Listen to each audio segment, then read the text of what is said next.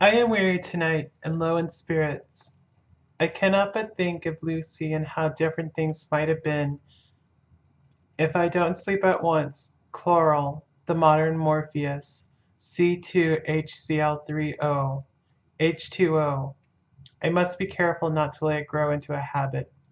No, I shall take none tonight. I have thought of Lucy, and I shall not dishonor her by mixing the two. If need be, tonight shall be sleepless. Later.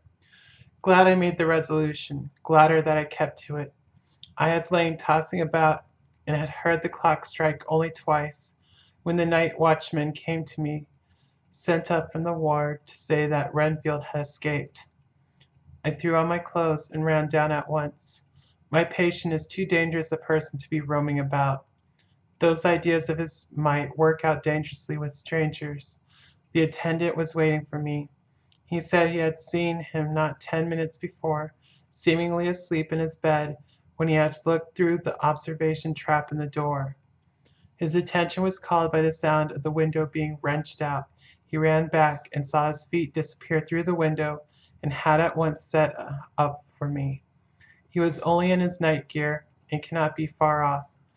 The attendant thought it would be more useful to watch where he should go than to follow him, as he might lose sight of him while skidding out of the building by the door. He is a bulky man and couldn't get through the window. I am thin, so with his aid I got out, but feet foremost, and, as we were only a few feet above ground, landed unhurt. The attendant told me the patient had gone to the left and had taken a straight line, so he ran as quickly as I could.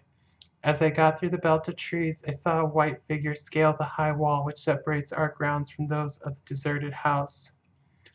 I ran back at once, told the watchman to get 3 or 4 men immediately and follow me into the grounds of Carfax, in case our friend might be dangerous.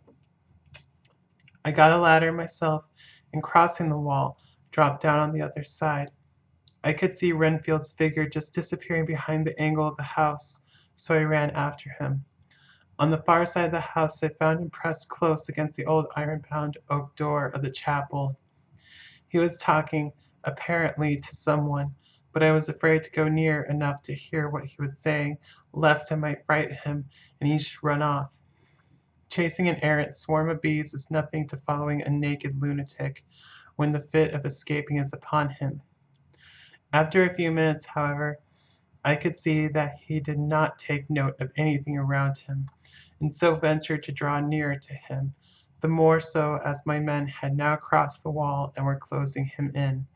I heard him say, "I am here to do your bidding, master. I am your slave, and you will reward me, for I shall be faithful. I have worshipped you long and afar off. Now that you are near, I await your commands, and you will not pass me by, will you, dear master, in your distribution of good things?" He is a selfish old beggar, anyhow. He thinks of the loaves and fishes even when he believes he is in a real presence. His manias make a startling combination. When we closed in on him, he fought like a tiger.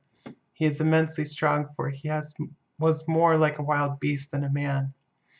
I never saw a lunatic in such a paroxysm of rage before, and I hope I shall not again. It is a mercy that we have found out his strength and his danger in good time. With strength and determination like his, he might have done wild work before he was caged. He is safe now, at any rate. Jack Sheppard himself couldn't get free from the strait waistcoat that keeps him restrained, and he's chained to the wall in the padded room. His cries are at times awful, but the silences that follow are more deadly still, for he means murder in every turn and movement. Just now he spoke coherent words for the first time. "I shall be patient, master. It is coming, coming, coming." So I took the hint and came to. I was too excited to sleep, but this diary has quieted me, and I feel I shall get some sleep tonight.